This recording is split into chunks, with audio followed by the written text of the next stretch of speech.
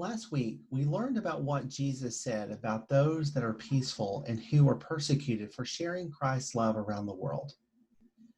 So we're still on that mountain overlooking the Sea of Galilee, listening to Jesus.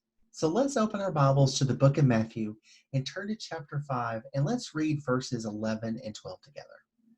Jesus says, "Blessed are you when people revile you and persecute you and utter all kinds of evil against you falsely on my account.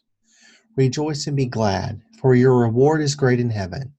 For in the same way they persecuted the prophets who were before you." Jesus ended his Beatitudes with a strong word of encouragement for us. In these final words of Jesus' blessings, Jesus again said his followers would be blessed in facing persecution. He knew this might be one of the toughest, hardest things keeping people from living out God's abundant love. Jesus told his listeners it wasn't a matter of if they were persecuted, but when. He knew that when they tried to follow and live out his teachings, they would lose friends, be disliked, hear people say bad things about them, or experience other harm. We know that to follow Jesus is to face what he faced, and Jesus experienced all of these things. But the good news is that we're not alone. In this beatitude, Jesus pointed to the prophets, amazing and dedicated leaders who sided with the voiceless and powerless. They faced a lot of persecution. Can you think of any prophets from the Bible? Well, what about Elijah and Jeremiah and Daniel? And what about some modern day prophets like Dr. Martin Luther King Jr.? We're joining with people from the ancient past, the recent past, and people all over the world today. We're joining with children, teenagers, adults, and other adults. And we join with people who want to create a world where people can live freely and without fear. But we have to do it together. We also need to keep humble hearts and attitudes because there may be times we misunderstand and persecute others. Yeah, sometimes we are the ones on the wrong side of a decision. Can you believe that? We are all always learning and growing. Everyone has different experiences and perspectives. And when we don't understand why someone does something or why they do it, we need to ask questions rather than make rash judgments. Jesus told us to rejoice when we're persecuted. Does that make sense to you?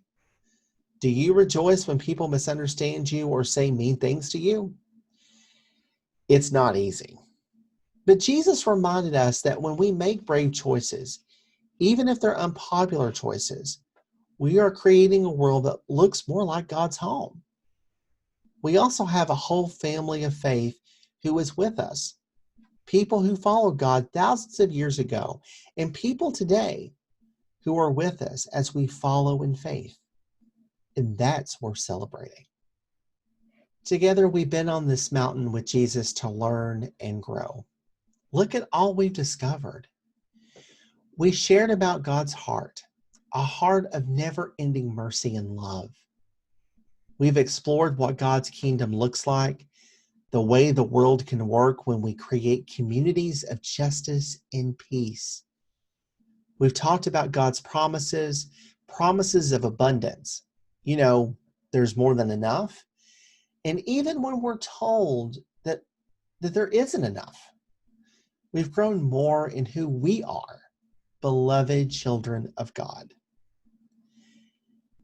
And as we've learned about God's heart, our hearts have grown too.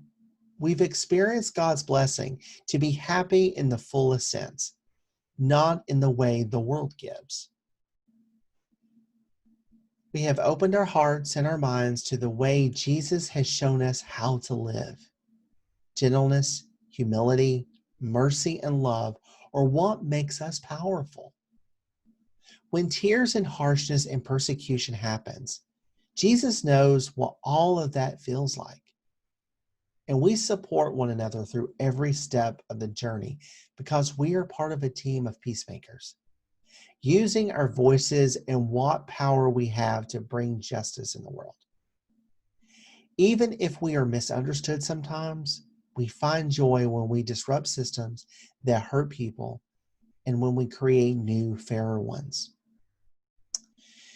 Jesus taught us on the mountain, a place people believed was holy, special, and close to God. And now it's time to come down that mountain, to love and live the way Jesus showed us. The world may look the same as when we went up the mountain, but we have grown. We have seen the world in a new way. Jesus showed us how to love our neighbors and all creation with open hands, an open heart, and an open mind.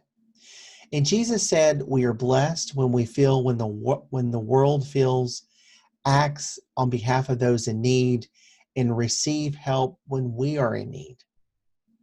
This is how God's kingdom is on earth, a kingdom that everyone can be a part of. Together, as part of this great big team, we can love and heal the world. Before we come down this mountain, I want to give you a blessing.